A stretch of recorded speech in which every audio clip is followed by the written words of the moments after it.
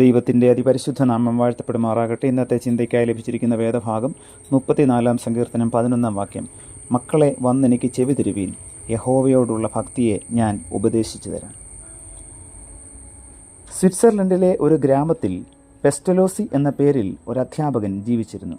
ചിട്ടയായ ജീവിത രീതി കൊണ്ടും അധ്യാപന മാഹാത്മ്യം കൊണ്ടും വിദ്യാർത്ഥികൾക്കൊപ്പം ആ രാജ്യക്കാരും അദ്ദേഹത്തെ അത്യധികം സ്നേഹിക്കുകയും ആദരിക്കുകയും ചെയ്തു. ഉത്തമനായ ഈ അധ്യാപകൻ്റെ ജീവിതം അനേകർ മാതൃകയാക്കി.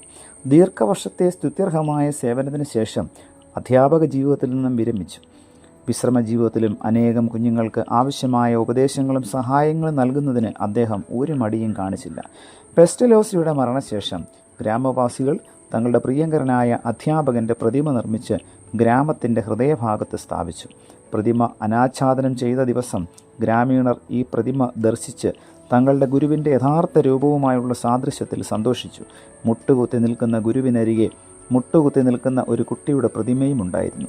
ഈ കുട്ടിയുടെ ദൃഷ്ടി ഗുരുവിൻ്റെ മുഖത്തേക്ക് ഉറ്റുനോക്കുന്ന രീതിയിലായിരുന്നു പ്രതിമാ നിർമ്മാണം. എന്നാൽ ഗുരുവിനെ അടുത്തറിഞ്ഞിരുന്ന സ്നേഹിതരും ശിഷ്യന്മാരും കുട്ടിയുടെ പ്രതിമാ നിർമ്മാണത്തോട് അല്പം വിയോജിപ്പറിയിച്ചു.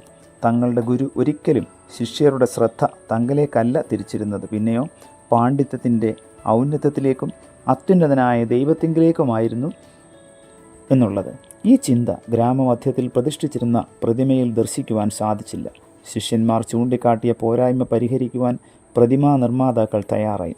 ഗുരുമുഖത്തേക്ക് ഉറ്റുനോക്കി നിന്ന കുട്ടിയുടെ ദൃഷ്ടികൾ ദൈവത്തിങ്കിലേക്ക് നോക്കി നിൽക്കുന്ന രീതിയിൽ പ്രതിമ പുനഃസൃഷ്ടിച്ച് വീണ്ടും ഗ്രാമമധ്യത്തിൽ സ്ഥാപിച്ചു.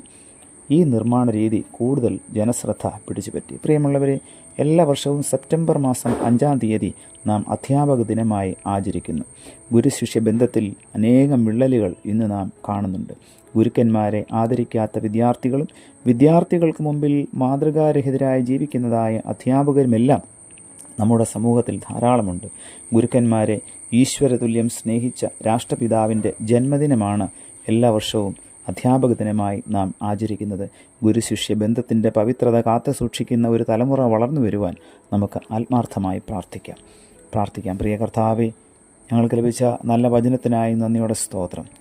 ഇന്ന് ഞങ്ങൾ കേട്ടതുപോലെ ഞങ്ങളുടെ ഗുരുവായ കർത്താവിങ്കിലേക്ക് എല്ലായ്പ്പോഴും നോക്കുവാൻ തക്കവണ്ണം ഞങ്ങളെ അവിടുന്ന് സഹായിക്കണമേ.